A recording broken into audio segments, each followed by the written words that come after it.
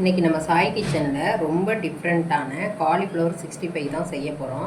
கிறிஸ்பியாகவும் டேஸ்ட்டாகவும் எப்படி செய்கிறதுன்னு பார்க்கலாம். இது பண்ணுறதுக்கு ஒரு 300 கிராம் காலிஃப்ளவர் எடுத்து வச்சுருக்கேன். நல்லா சின்னதாகவும் இல்லாமல் பெரிய சைஸாகவும் இல்லாமல் மீடியம் சைஸாக கட் பண்ணிக்கோங்க. இப்போ தண்ணியை சூடு பண்ணிக்கலாம். ஒரு கடாயில் தண்ணி சேர்த்து கொஞ்சமாக மஞ்சத்தூள் சேர்த்துடலாம். கல்லுப்பு கொஞ்சம் சேர்த்துடலாம். காலிஃப்ளவரில் வந்து பூச்சியும் புழுவும் இருக்கும். இப்போ இந்த தண்ணியை நல்லா சூடு பண்ணிக்கலாம். தண்ணி நல்லா கொதிச்சிருச்சு.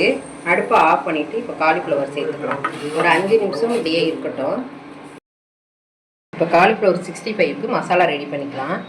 நான் வந்து காஷ்மீர் மிளகாத்தூள் சேர்க்குறேன். 1 ஸ்பூன் சேர்த்துக்கலாம். மல்லித்தூள் 1 ஸ்பூன் சேர்த்துக்கலாம். ஜீரகத்தூள் 1/4 டீஸ்பூன் சேர்த்துருக்கேன். கொஞ்சமாக மிளகுத்தூள், இஞ்சி பூண்டு பேஸ்ட் 1 ஸ்பூன், கூடவே 2 ஸ்பூன் கார்ன்ஃப்ளவர் சேர்த்துக்கலாம்.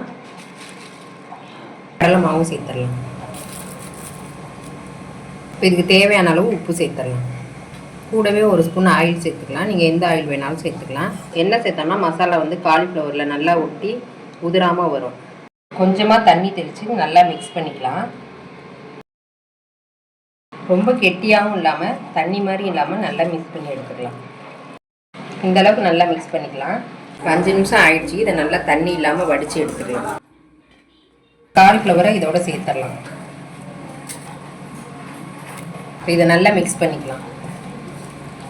கலருக்காக தான் காஷ்மீர் சில்லி சேர்த்துருக்கேன். உங்கள்கிட்ட ஃபுட் கலர் இருந்தால் கூட சேர்த்துக்கோங்க. இந்த அளவுக்கு நல்லா மிக்ஸ் பண்ணி எடுத்துக்கலாம். காலிஃப்ளவரில் இந்த அளவுக்கு எல்லா பக்கமே மசாலா ஒட்டி இருக்கணும். அடுத்ததாக கடாயில் எண்ணெய் சூடு பண்ணிக்கலாம். இப்போ எண்ணெய் சூடாயிடுச்சு. மீடியம் ஃப்ளேமில் வச்சுட்டு பொரிச்சு எடுத்துக்கலாம். 2 நிமிஷம் கழிச்சு கிளறி விடுங்க. நல்லா மொறுமொறுன்னு இருக்கும். இப்போ பாருங்கள், நல்லா கலர்ஃபுல்லாகவும் மொறுமொறுன்னு வந்திருக்கு. இதை இப்போ ஒரு பிளேட்டுக்கு மாற்றிக்கலாம்.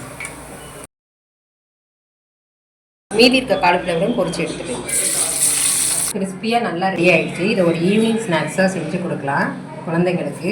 ஒரு 10 நிமிஷத்துல ஈஸியாக செஞ்சிடலாம். இதை நீங்களும் ட்ரை பண்ணி பாருங்கள். ரெசிபி உங்களுக்கு பிடிச்சிருந்தா லைக் பண்ணுங்கள், ஷேர் பண்ணுங்கள், கமெண்ட் பண்ணுங்கள். சாய் கிச்சனை மறக்காமல் சப்ஸ்கிரைப் பண்ணுங்கள். பாய்.